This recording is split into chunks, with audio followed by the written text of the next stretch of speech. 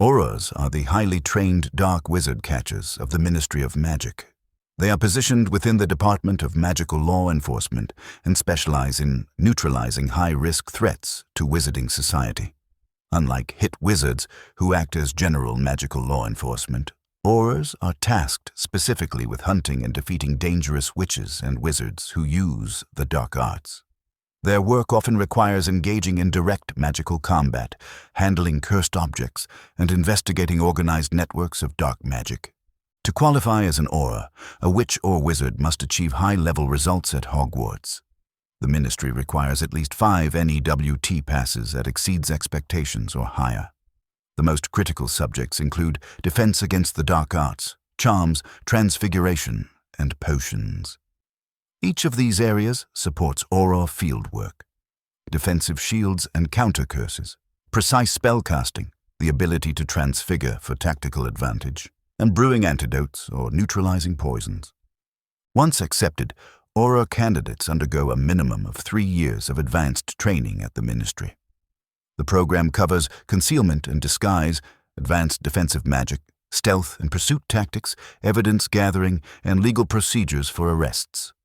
Aurors also train in curse recognition and counter-curse strategy, learning to disarm, contain, or reverse hostile enchantments while minimizing collateral damage.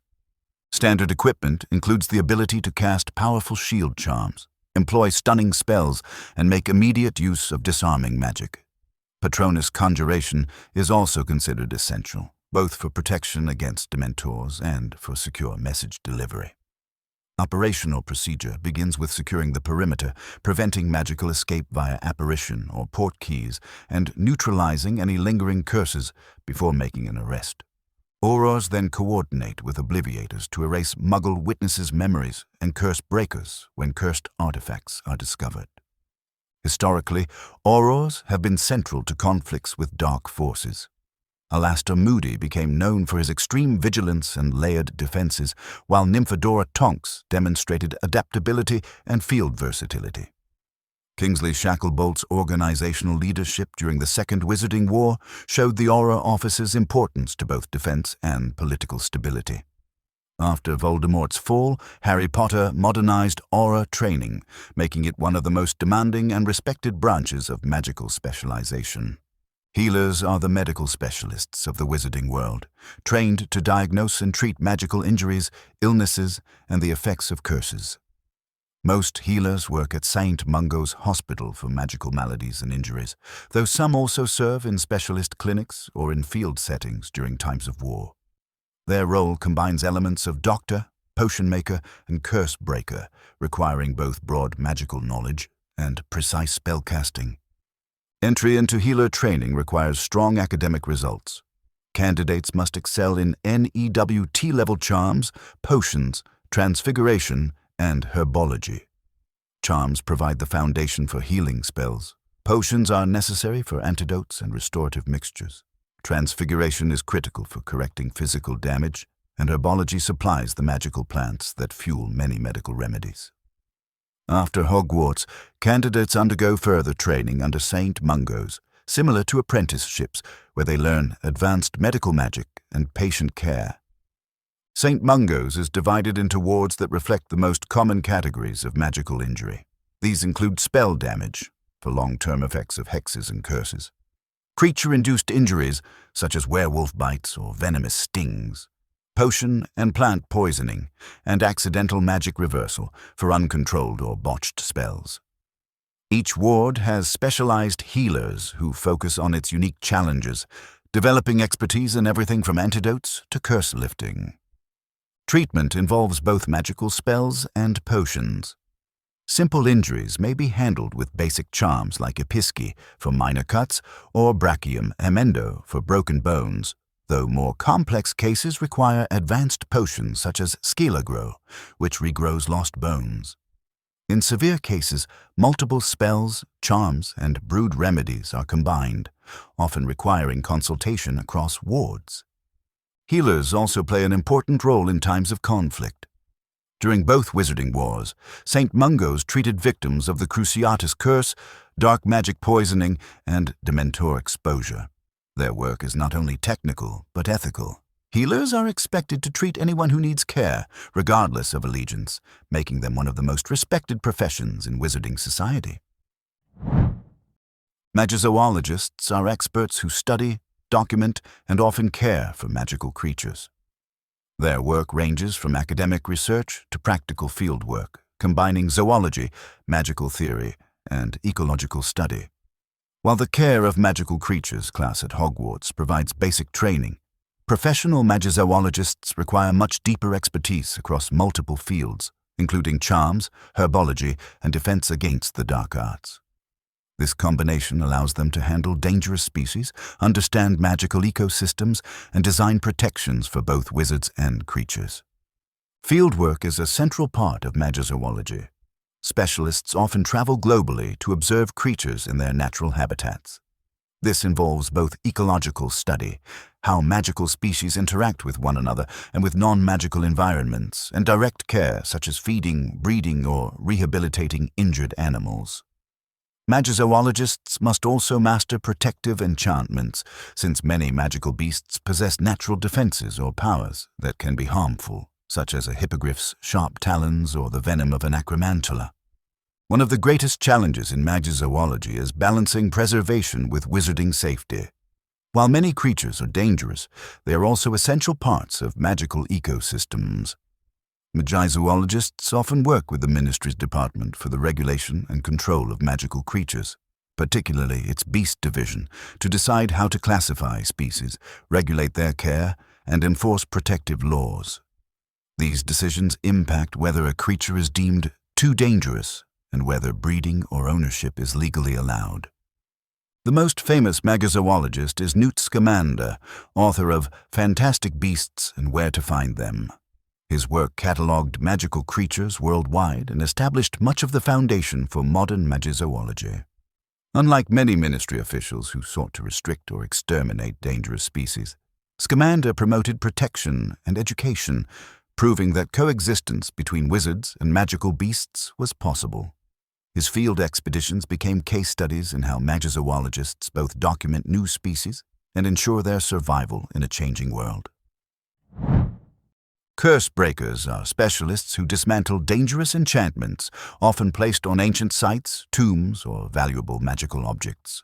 Their work requires both magical combat skills and advanced theoretical knowledge, since curses may combine layers of dark magic, protective wards, and booby-trap enchantment.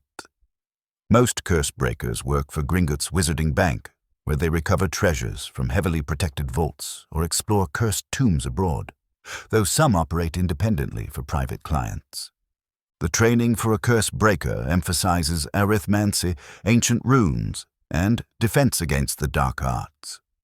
Arithmancy provides the mathematical logic needed to break down spell structures, while ancient runes is used to interpret magical inscriptions that often conceal the purpose of a curse. Defense against the dark arts trains them in counter spells and protective charms, which are critical when curses are hostile or actively retaliatory. Curse breakers must also have skill in protective enchantments to safeguard themselves and their team during field work. Field operations typically follow a methodical process. First, the curse breaker analyzes the magical field surrounding an object or site using detection spells to reveal active enchantments. Next, they attempt to classify the type of curse: protective, destructive, or manipulative. Once identified, counter curses or spell dismantling sequences are applied, often requiring exact precision to avoid triggering backlash. When successful, the underlying object or treasure can be safely retrieved. Mistakes, however, may result in catastrophic injuries, magical poisoning, or the permanent destruction of the object. The dangers of curse breaking are legendary. Ancient tombs, particularly in Egypt, are known to contain curses designed to last centuries, including those that cause instant death, entrapment, or slow magical decay. Even skilled curse breakers risk permanent damage if they miscalculate the layers of protection. Despite this, the profession remains highly respected and financially rewarding, given its role in both wizarding finance and archaeology. Bill Weasley is the most prominent known curse breaker. Working for Gringotts, he dismantled protective enchantments in Egypt before returning to Britain. His career demonstrates both the intellectual demands and the physical risks of the profession, making curse-breaking one of the most dangerous but essential magical specializations. Unspeakables are the secretive researchers of the Department of Mysteries, one of the most classified branches of the Ministry of Magic.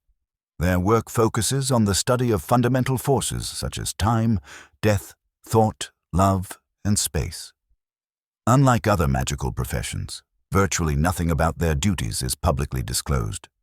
Even family members of Unspeakables are not told the nature of their work, and employees are bound by strict confidentiality charms that prevent them from sharing discoveries. The Department of Mysteries is divided into specialized chambers, each dedicated to a different field. The Hall of Prophecy stores thousands of glass orbs containing recorded prophecies, accessible only to those named in them. The Death Chamber houses the mysterious veil, an ancient archway with a tattered curtain that seems to connect the living to the dead. The Time Room holds experimental devices, such as time turners, which allow controlled movement through time. Other chambers focus on Love, where researchers investigate magical bonds, and Thought, where ideas are represented in visible form. Training for Unspeakables is not documented, but candidates are likely drawn from witches and wizards with outstanding skill in multiple disciplines. Arithmancy, charms, and transfiguration are assumed to be foundational, as is the ability to handle highly unstable magical phenomena. The nature of their research demands intellectual rigor and emotional detachment, since experiments often involve forces that cannot be controlled by conventional means. Because their work remains hidden, Unspeakables operate in near total isolation from the rest of wizarding society. They occasionally influence history indirectly through their discoveries, such as the use of time turners at Hogwarts, but the true extent of their knowledge is unknown. This secrecy has fueled speculation and controversy. Some believe Unspeakables push the boundaries of magic into ethically dangerous territory, while others see them as guardians, preventing society from misusing knowledge too powerful for general use.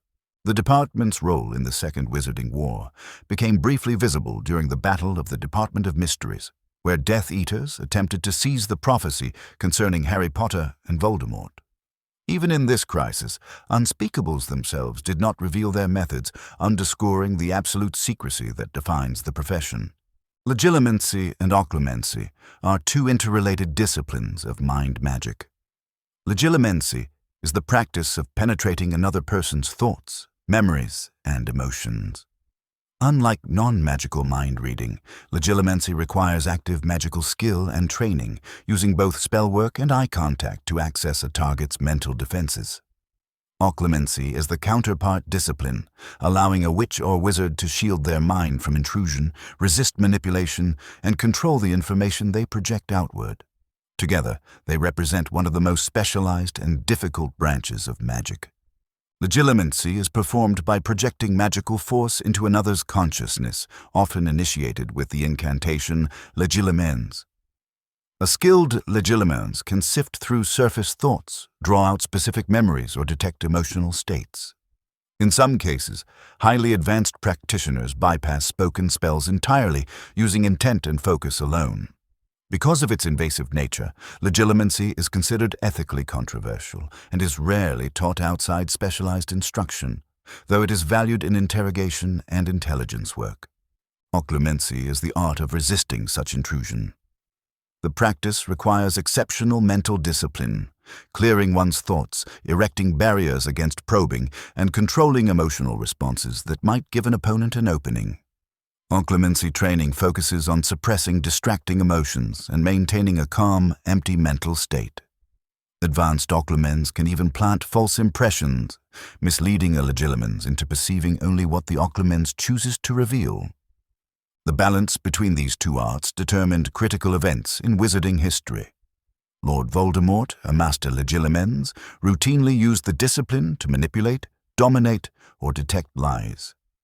Severus Snape was both a skilled Legilimens and an exceptional Occlumens, able to shield his allegiance and intentions from Voldemort himself. Dumbledore also possessed mastery, allowing him to perceive hidden motives while protecting his own plans.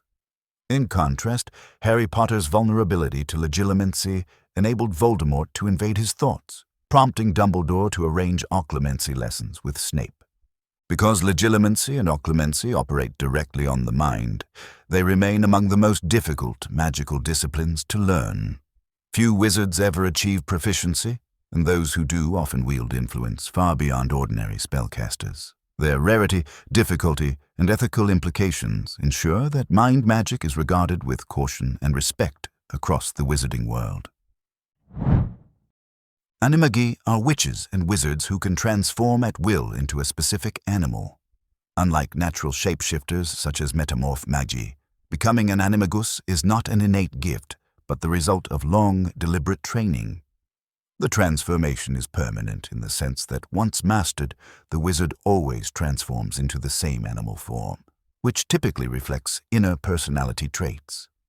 Because of the complexity and risks involved, the Ministry of Magic strictly regulates Animagi, requiring all practitioners to register their animal form, distinctive markings, and identifying details. The process of becoming an animagus is one of the most advanced forms of self-transfiguration. The training is lengthy and dangerous. A witch or wizard must perform a precise ritual over the course of months, including holding a single mandrake leaf in the mouth for an extended period, using carefully prepared potions, and practicing transfiguration on increasingly complex levels. If the process fails or is done incorrectly, the result can be permanent partial transformation or physical harm. The benefits of animagus transformation include complete disguise, improved mobility, and unique animal abilities. For instance, smaller animals can slip through barriers, while flying forms allow rapid travel. However, Animagi retain human intelligence while transformed, making them far more versatile than ordinary animals. This advantage also explains the risks of unregistered Animagi, who may exploit their abilities for espionage or evasion. Notable Animagi include Minerva McGonagall, whose tabby cat form is fully registered and often used in her work as a professor and spy against the dark arts. The Marauders, James Potter, Sirius Black, and Peter Pettigrew, became unregistered Animagi to support their friend Remus Lupin during his werewolf transformations. Their success demonstrated both the power and the danger of bypassing ministry regulation, as Pettigrew later used his rat form to escape detection for years. Because of these high stakes, animagus transformation is considered one of the most difficult magical specializations. Its mixture of discipline, danger, and secrecy makes it rare, with only a handful of recorded animagi across centuries of wizarding history. Metamorphmagi are witches or wizards born with the rare natural ability to change their physical appearance at will without the use of spells or potions. Unlike Animagi, whose transformations are fixed to a single animal form, Metamorphmagi can alter facial features, hair, and even body shape with complete freedom. This makes the talent one of the most versatile and sought-after abilities in magical society, though it cannot be learned or taught. A Metamorphmagus either inherits the gift at birth or does not possess it at all.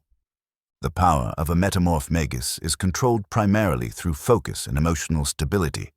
Subtle changes, such as altering hair color or eye shape, can be performed with minimal effort, while larger transformations, such as height or body structure, require concentration and practice.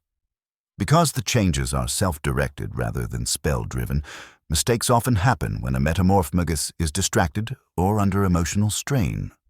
Young Metamorphmagi, for instance, may involuntarily change appearance when experiencing strong emotions like anger or embarrassment.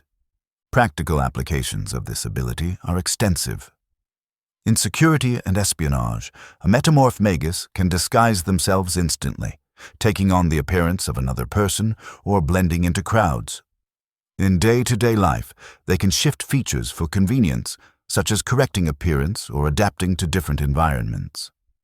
Unlike Polyjuice Potion, which requires a complex brewing process and hair or tissue from the person being copied, Metamorphmagus transformations are immediate, safe, and repeatable. The most famous modern example is Nymphadora Tonks, a member of the Order of the Phoenix and later an Auror. Tonks frequently altered her appearance, often for humor, but also used the ability tactically in missions against Death Eaters. Her gift highlighted both the advantages and limitations of the specialization. While highly flexible, the talent is rare and unpredictable, with no reliable method to pass it on or replicate it magically. This rarity and unpredictability place Metamorphmagi in a unique category of magical specialization, more innate gift than learned discipline, standing apart from most branches of wizarding skill. Seers are witches or wizards with the rare gift of prophecy, the ability to perceive glimpses of the future. Unlike most magical skills, seership cannot be learned or taught. It manifests naturally in a small number of individuals. Even then, true prophecies are rare, unpredictable, and often occur involuntarily. Because of this, seers occupy an unusual place in the magical world, respected for their potential insights, but also viewed with skepticism due to the unreliability of everyday predictions. True prophecies are delivered in a trance-like state, during which the seer speaks words that are often cryptic and symbolic. These utterances are recorded automatically in the Hall of Prophecy within the Department of Mysteries, stored in glass orbs labeled with the names of those involved. Only individuals named in the prophecy can safely retrieve the orb, ensuring both accuracy and containment. This system reflects the Ministry's effort to regulate and monitor prophetic knowledge, as uncontrolled access could alter the course of history. Not all seers produce true prophecies. Many exhibit weaker forms of foresight, such as dream-based visions, symbolic readings, or vague predictions. These forms are difficult to validate and are often dismissed as unreliable. However, even partial insights can prove valuable, especially in situations where magical patterns and cycles are involved. Two of the most significant seers in modern history are Cassandra Trelawney, known for her remarkable accuracy in earlier centuries, and her descendant Sybil Trelawney, a divination professor at Hogwarts. Despite her reputation for dramatic but inaccurate predictions, Sybil delivered at least 2 genuine prophecies, including the one foretelling the conflict between Harry Potter and Lord Voldemort. This prophecy shaped the entire course of the Second Wizarding War, proving the immense impact a true seer can have, even if their ability seems inconsistent. The rarity and unpredictability of seers ensure that prophecy remains one of the most mysterious magical specializations, straddling the line between superstition and undeniable influence. Obliviators are Ministry of Magic specialists responsible for maintaining the statute of secrecy by erasing or modifying the memories of Muggles who witness magical events. They operate as part of the Ministry's Obliviator headquarters, often dispatched after magical accidents, creature escapes, or wizarding duels that risk exposure to the non-magical world. Their work is essential to preserving the separation between the magical and Muggle communities. The primary tool of an Obliviator is the memory charm, Obliviate. This spell allows the caster to erase targeted memories or alter them to create a false recollection. Proper use requires extreme precision. Erasing too much can leave the subject confused or permanently impaired, while erasing too little risks leaving behind fragments that raise suspicion. Advanced Obliviators may also craft replacement memories to cover the gap, ensuring the Muggle recalls a plausible non-magical explanation. Obliviation typically follows a structured procedure. First, an assessment is made of how much the Muggle saw and whether others were present. Next, the Obliviator applies the charm, often reinforced with secondary spells, to stabilize the altered memory. Finally, the scene is documented for Ministry records to ensure compliance with secrecy laws. In large-scale breaches, such as mass sightings of magical creatures, teams of Obliviators may work together to systematically erase and rewrite memories across entire groups of people. The risks of obliviation are well documented. Improper casting can cause lasting amnesia, mental disorientation, or even brain damage. Gilderoy Lockhart demonstrated the dangers of mishandling memory charms when his attempted use of Obliviate backfired, permanently damaging his own mind. These risks underline why Obliviators undergo rigorous training, with a strong emphasis on spell control and psychological understanding. Ethical questions surround the practice. While necessary for secrecy, memory alteration interferes directly with personal autonomy. Muggles who witness magic are rarely given a choice, raising debates about whether obliviation is a protective measure or a violation of individual rights. Despite this, the role of Obliviators remains indispensable to wizarding society, as even a single uncontrolled magical event could compromise the secrecy that shields the entire magical world. The dark arts represent a branch of magic devoted to harm, domination, and corruption. Practitioners study curses, hexes, and jinxes that go beyond ordinary dueling magic, often developing spells intended to cause lasting physical or psychological damage. The dark arts also encompass forbidden rituals such as Horcrux creation, necromantic practices, and the crafting of cursed artifacts.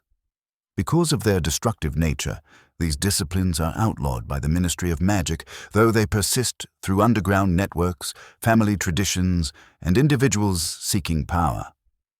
Dark wizards are those who dedicate themselves fully to destructive magic. They typically master the unforgivable curses, Avada Kedavra, Crucio, and Imperio, which are considered the pinnacle of dark magic due to their lethal, torturous, and controlling effects. Unlike duelists or Aurors, dark wizards favor overwhelming offense and psychological terror, using curses to intimidate and subjugate. Historical examples include Gellert Grindelwald, who sought global domination through both charisma and magical force, and Voldemort, who pushed dark magic further than any wizard before him. Followers such as Bellatrix Lestrange exemplified loyalty through their skill in destructive curses and willingness to inflict suffering.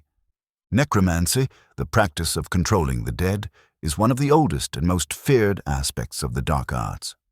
While true resurrection is believed impossible, necromantic rituals focus on creating facsimiles of life, such as inferi, corpses animated through dark enchantment. Horcrux making is another extreme form of dark magic, requiring the splitting of one's soul through murder and embedding it into an object. This renders the wizard functionally immortal as long as the Horcrux survives. Voldemort's creation of multiple Horcruxes illustrates both the power and the catastrophic corruption involved in this practice, which is universally condemned in wizarding society. Another specialization within the dark arts is the creation of cursed objects. These items are enchanted to harm, manipulate, or enslave those who come into contact with them. Examples include the Hand of Glory, cursed jewelry that inflicted death upon wearers, and bewitched objects sold through shops like Borgin and Berks.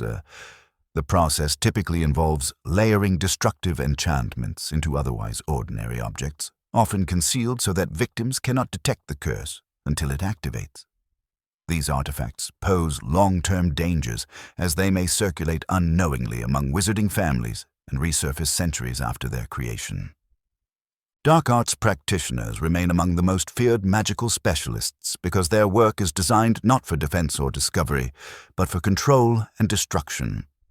Their influence on history, through wars, rebellions, and the rise of Dark Lords, shows how mastery of forbidden magic can destabilize entire societies, making them the most dangerous specialization in the wizarding world.